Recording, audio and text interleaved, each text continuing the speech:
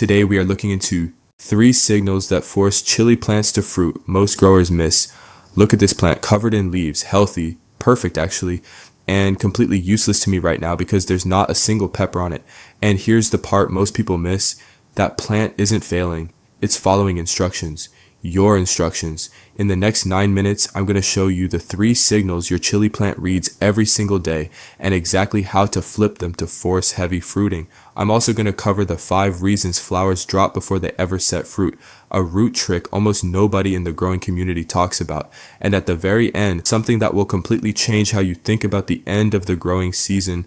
Signal 2 is where most growers quietly destroy their own yield without ever knowing it. If you're new here, subscribe for more practical growing guides. And if this helps, drop a like so I know to make more like it. Stay with me. Section 1. How chili plants actually work. Before we get into the signals, I need to fix one thing, because if you carry the wrong idea into everything else, none of it lands. Chili plants don't have a strict leaf stage and then a fruit stage. They are doing both at the same time, always. What changes is where the energy goes, and that shift, where the plant sends its resources on any given day, comes entirely down to 3 inputs you control: nutrients, water, and environment. So the question you should be asking isn't when will it fruit? The question is, what am I telling it to prioritize right now? Because it's listening. Every single day it's listening. Let's go through each signal. Section 2, signal 1, nitrogen. Signal 1 is nitrogen, and nitrogen is the growth signal. When nitrogen is high, plant builds structure, leaves, stems, branches. It's expanding, investing in itself, creating capacity. And early in the season, that is exactly what you want. You're building the factory before you ask it to produce anything. The problem is most growers never change the signal. The plant gets the same high nitrogen feed week after week, and you end up with something that looks genuinely impressive. Dark green, vigorous, growing fast, and almost no peppers, because you never told it to stop expanding. Now, important point here, because this gets misunderstood. The plant still needs nitrogen during fruiting. You're not cutting it out. What you're doing is reducing its dominance so the other nutrients can do their job. That's the distinction. The trigger to make that shift, your first flower buds appearing, not a date, not a number of weeks, a visual cue the plant gives you. When you see those first buds forming, that is when you adjust your feed toward higher phosphorus and potassium. Phosphorus powers the flowering process and transfers energy into developing fruit. Potassium improves fruit size, quality, and how well the plant tolerates stress. That combination sends a clear message: stop expanding, start reproducing. But here's why some growers do all of this correctly and still get disappointing results. And it's something almost nobody talks about: soil pH. Chilies need a pH between 6.0 and 6.8. Outside that range, nutrients physically lock out at the root. The plant cannot absorb them no matter how much you feed. Nitrogen locks out below 6.0. Phosphorus locks out above 7.5. Calcium and magnesium lock out at both extremes. And in the UK especially, tap water is often alkaline, meaning every time you water, you are slowly drifting your soil pH upward without realizing it. Get a basic pH meter. It costs almost nothing, and it will tell you more about why your plant isn't performing than almost any other test you can run. Section 3, signal 2, water control. And this is the one most growers get completely backwards: water. A constantly wet root zone signals abundance. The plant reads it as resources are plentiful, conditions are good, keep building. So it keeps pushing leaves. That is the opposite of what you want once you're trying to shift it into fruiting mode. What changes that signal is controlled, slight drying between waterings, not neglect, not letting it suffer, just letting the top inch to inch and a half of soil in about 2 to 3 centimeters dry out before you water again.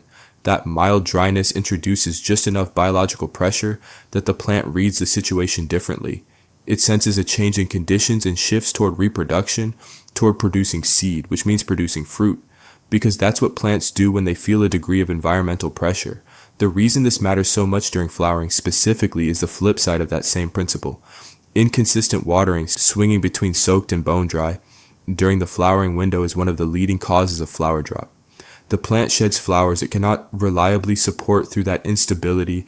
It's protecting itself, so the rule is simple: slight, controlled drying between waterings. That pushes fruiting. Extreme swings in either direction during flowering, that costs you yield. Hold that line and your flowering window becomes far more productive. Section 4, signal 3 is light, and this is the one with the least nuance at the basic level. More is better. Light is your plant's energy source. More photosynthesis means more energy available to produce and fill fruit. Minimum 6 hours of direct sun per day. Optimal is 8 to 10. If your plant is sitting in partial shade and not producing the way you want it to, move it before you change anything else. Light is almost always the most limiting factor in an underperforming plant, and fixing it costs you nothing. But here's the nuance that most guides skip entirely. Light and heat are not the same thing. In hot climates or during summer heat waves, if you're in the UK, temperatures above 35 degrees Celsius, 95 Fahrenheit during the day can actually shut down fruit set and cause flower drop even if the plant is getting full sun. The heat, not the light, is the problem. If that's your situation, the fix is straightforward. Give it full sun in the morning when temperatures are lower and pull it into light afternoon shade during the hottest part of the day. You keep your photosynthesis hours, you lose the temperature damage. It's a small adjustment that can protect your entire flowering window during the warmest months. If you're enjoying this video so far, don't forget to subscribe for more like this to come. And if this helps, drop a like so I know to make more like it. Section 5 and the signal nobody talks about, root space. There's a fourth signal that almost nobody in the growing community discusses, and it operates on the same biological principle as everything else we've covered, root space. When a chili plant has unlimited room for its roots to expand, its priority is to keep growing structure to fill that space. Roots have room, so the plant invests in more plant. But when roots become slightly restricted, when they start to feel a boundary, the plant reads that as a limit on how large it can get, and it shifts energy toward reproduction instead. That's why a slightly root-bound chili will often outfruit the same variety in an oversized container. The container isn't limiting the plant, it's focusing it. So don't jump your plant into a large pot too early in the season. Let it fill its current pot first. When you start seeing roots coming through the drainage holes at the bottom, that's your signal to size up, not before. Then step up gradually and keep that reproductive pressure working in your favor. Section 6, why flowers drop. If your plant is flowering but never actually setting fruit, the problem is almost always one of 5 things. Go through this list and you'll find it. The first is temperature, below 10 degrees Celsius, 50 Fahrenheit at night, or above 35 degrees Celsius, 95 Fahrenheit during the day, and the plant starts aborting flowers. This is a physiological survival response, not a nutrient issue. Changing your feed won't fix it. Sort the environment first. For container growers, that means bringing plants inside on cold nights and providing afternoon shade during heat waves. The second is watering inconsistency during flowering. We covered this in signal 2. The third is poor pollination. This is a particular problem indoors in polytunnels or anywhere with low airflow. And here's a correction that most guides get completely wrong. Do not try to increase humidity during flowering to help pollination. High humidity causes pollen to clump inside the flower. It physically cannot release and reach the stigma. What you want is moderate to low humidity with good air movement. A gentle daily shake of your flowering stems and a small fan running nearby is genuinely all it takes indoors. That movement does what wind and insects do outdoors. The fourth is pest pressure during flowering, and this one gets missed because it doesn't look like a pest problem from a distance. It just looks like poor fruit set with no obvious cause. Aphids and spider mites target the newest, most tender growth on the plant. Your flowering shoots are the tenderest, most sugar-rich tissue available. Even a light infestation you might normally tolerate during vegetative growth can cause serious flower drop during this window because the plant is diverting resources into repairing tissue damage instead of setting fruit. Check the undersides of your leaves and the tips of your flowering stems every few days during this period.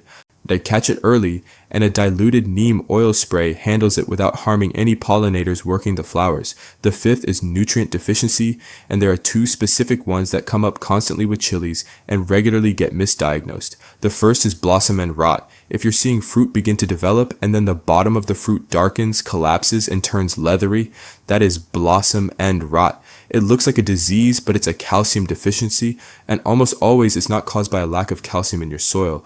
It's caused by inconsistent watering blocking calcium uptake at the root. The plant can't move calcium to developing fruit during periods of water stress. Fix the watering pattern first. If the problem continues after that, a diluted calcium foliar spray corrects it quickly because it bypasses the root system entirely. The second is magnesium deficiency, and this is arguably the most commonly misdiagnosed problem in container-grown chilies. If you're seeing yellowing between the leaf veins on your older lower leaves while the veins themselves stay green, that interveinal yellowing is classic magnesium deficiency. Container soil depletes magnesium fast under regular watering, and chilies are heavy feeders of it. The fix is Epsom salt. 1 teaspoon per liter of water as a foliar spray, or dissolved into your watering can, you'll see a noticeable difference within a week. The reason I'm emphasizing diagnosis here is that it looks almost identical to overwatering from a distance, and the fixes are completely opposite. Getting that wrong makes it worse. Section 7, the full system. Now let's put everything together into the sequence that makes it all work. Early in the season, your entire focus is on building the biggest, healthiest plant possible before any fruit load goes on it. Feed balanced or slightly nitrogen heavy. Water consistently, Kawire. No deliberate stress at this stage. Maximize light. Step up pot size as the roots fill each container, not before, and 2 moves during this early period that most guides never mention. And together, they might be the highest impact things you do all season. Top your plant. Once it has 5 to 6 true leaf pairs, cut the main stem just above a node. It splits into 2 branches. Those branches split again. You are multiplying fruiting sites before the plant has produced a single flower. Because a chili only fruits at the nodes, the junction points where branches meet. A topped plant can carry 3 to 4 times the fruiting nodes of one left to grow as a single stem. This one decision made early enough can be the difference between a modest harvest and a genuinely heavy one. Remove early flowers. If flowers appear while the plant is still small and unestablished, take them off. It feels counterintuitive. Do it anyway. A small plant carrying early fruit diverts all its available energy into those few peppers and stops building structure entirely. A large mature plant produces far more total yield than a small plant that fruited too early. Build the structure first, the fruit comes after. Once fruiting is established and fruit is actively developing, your job is to maintain what got you here and add one key behavior: harvest regularly. And I mean consistently as peppers ripen. Because leaving ripe fruit on the plant signals to it that reproduction is complete. It slows down, pick them as they ripen, and the plant keeps producing to replace them. That cycle is how you turn a good harvest into a genuinely heavy one across the full season. One more thing for when your plant is carrying a large fruit load. If you notice development slowing mid-harvest, try a diluted potassium foliar spray directly to the leaves. When the plant is supporting a high volume of developing fruit simultaneously, the roots sometimes can't deliver potassium fast enough to keep pace. Foliar feeding bypasses that bottleneck and keeps momentum going through peak production. Closing. Your chili plant is not confused. It is not being difficult. It is responding precisely, consistently to every signal you give it. Get the signals right and the harvest follows every single time. Now, the thing I told you about at the start, the one that changes how you think about the end of the season. Chili plants are perennials. They do not have to die when the season ends. Before your first frost, cut the plant back hard. Remove most of the foliage. Leave a basic framework of stems. Bring it indoors to a cool, bright spot like a windowsill, a garage with a grow light, anywhere it gets some light and stays above freezing. Reduce watering to almost nothing and let it go dormant through winter. In spring, it comes back, and it comes back with a full, mature root system already in place. That plant will fruit 3 to 4 weeks earlier than any seedling you start from scratch, and significantly heavier because the infrastructure, the roots, the branching, the established nodes, is already built. You don't start over, you continue from where the previous season ended. It's called overwintering. Serious chili growers have been doing it for decades. Most beginners never hear about it because nobody mentions it until after the season is already finished. The next video covers the exact fertilizer schedule and NPK ratios I use through each part of the season, with specific products I've tested in UK, US, and Australian growing conditions. Link is on screen right now. Subscribe if you want growing guides built on facts, not guesswork, and drop your chili variety in the comments below. I read every single one. See you in the next one.